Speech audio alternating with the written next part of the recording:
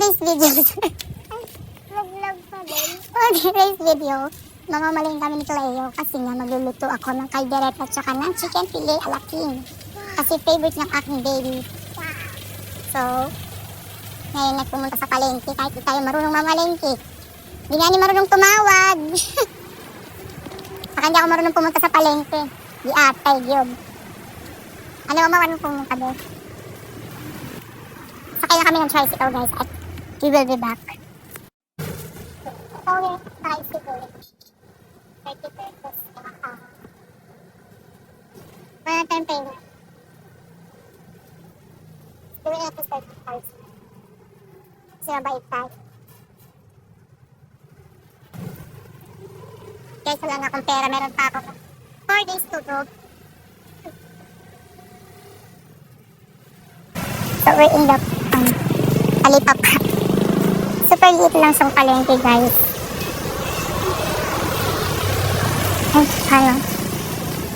paano ba? Walang, ano ba lutuin ko? So, kasi magkaldereta or minudo, pero feeling ko wala nang buto-buto for today's video. At ate, buto-buto po. Opo. Magkano po per kilo? 320. Sige po, isang kilo po. Ang dami yun. Guys, hindi niya alam, di ako mahilig sa sabuya. Manakang gulay, guys, hindi ko kumakain. Hindi ko lang alam maging matangkad. All I need is beauty. Alimutan. Sipag, wow. Kaya ko nakakabili ng chicken breast. Saka nakakabili ng chicken breast dito yung breast na. Wala dito. Meron ako din, pero bakit? Oh no. What will mommy do? Ay, tama ko. Okay. Ano ang tama? Para sa kanyang chicken fillet, hanap kami ng breast. Walang breast sa talipapa. Sanggol, ano lang, dede ng ina. Breast. Breasty. Ano ba, mami? Nagkakad kami ng bicycle hanggang dito. Ano? Hindi nag-reply si Papa sa text message ko na natapos yung From school? Oo. Wala? Lay. Super init. Yeah. So, ayun na nga guys. Wala kang nakakita. I'm so happy guys. Nakatuwid ako. Hala, napakan naman ng paa ko. Magkano ang Alphamart po?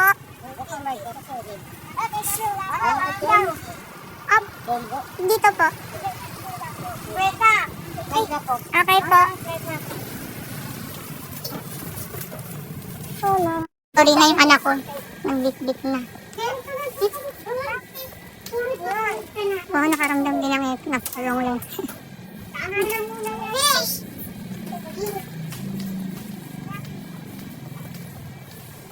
Frozen. Kaya tanong na. Dito na. Nakakainis. Yung taong karot. Meron palang guys dito. So guys, minsan talaga eh. Kaya mga magpapapapera ko yung sarili ko kung may dice na dito. Sabi ko sa inyo, nakikinig ko sa okay ka pa ba dyan? First time na kayo magbitbit ng gamit. Tamad ko eh. Ang arte. Sabi nandiyo siya, who cares? And I can't do this anymore. Like what the fuck? Why did you do this to me? So ayun, nakatawid na nga nila naman ang personality. Sakay na kami, pauwi na kami. Kami nakabili na. Dato umorder na lang ako sa McDo ng chicken fillet. Mas mura pa siya. Ang mahal na ng bilihin guys, sobra. Nasabi ko sa mga OFW dyan. OFW. Sabi ang mahal na mga bilihin dito. So ayun guys, haggard na mga person dyan. So pauwi na kami. Grabe, kakahanap namin ng chicken breast yan. Para sa chicken fillet. Ang layo ng binayba. Binayba? Pinuntahan ko. Tapos hindi pala masarap yung luto. Aray ko. Pagdating ng bahay ay agad-agad na akong nag-prepare para matapos na ng maaga yung gagawin ko kasi 20 tayo ang lulutuin ko. Preparing habang yung isa dyan waiting.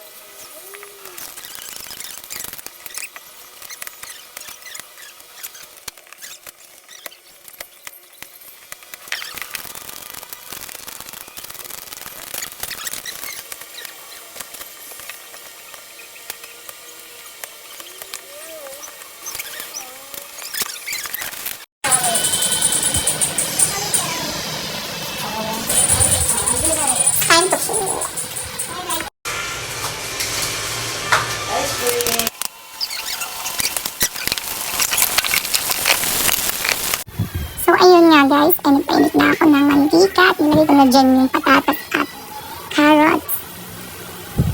At ako'y minekos-mekos ko na yan at hindi ko na alam kung ano ang pinaglalagay ko dyan. Basta ganun na nga yan. Tapos yan, tinanggay ko na siya. Perfect. O si mother, busy. May lumapit si papa, sabi niya, exhaust fan daw buksan kasi pawis na ang person. Tapos dito nga ay tinanggalan ko ng buto yung breast kasi grabe may buto pa siya di atay ko eh.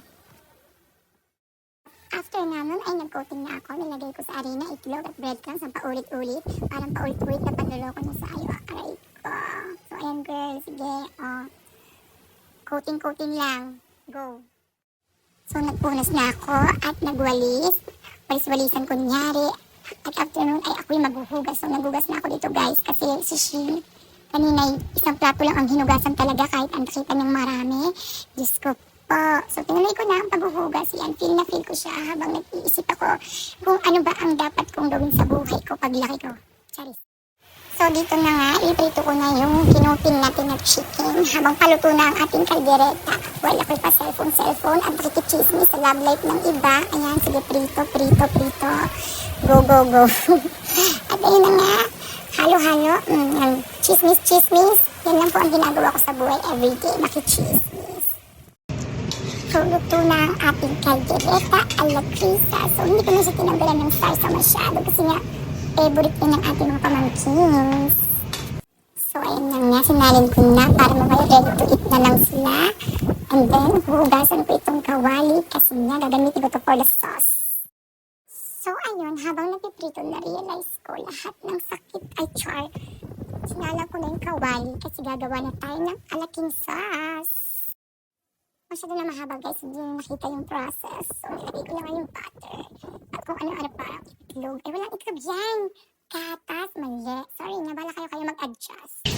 So, after mo mag-adjust, makita mo, tapos na. Ito na ang resulta ng alaking sauce. So, nag-prepare na ako agad kasi gutom na si ate girl. One eternity later. Chicken mo. Happy. Ay, kuha ko siya. Dito meron. Tignan mo muna. Honest review. Wait lang.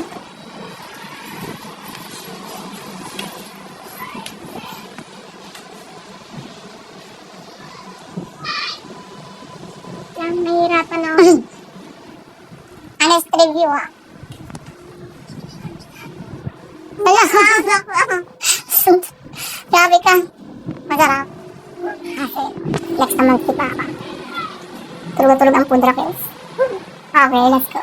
Bilis mo naman kumain. Machine. Perfect. Ang bilis na umabas. Kain.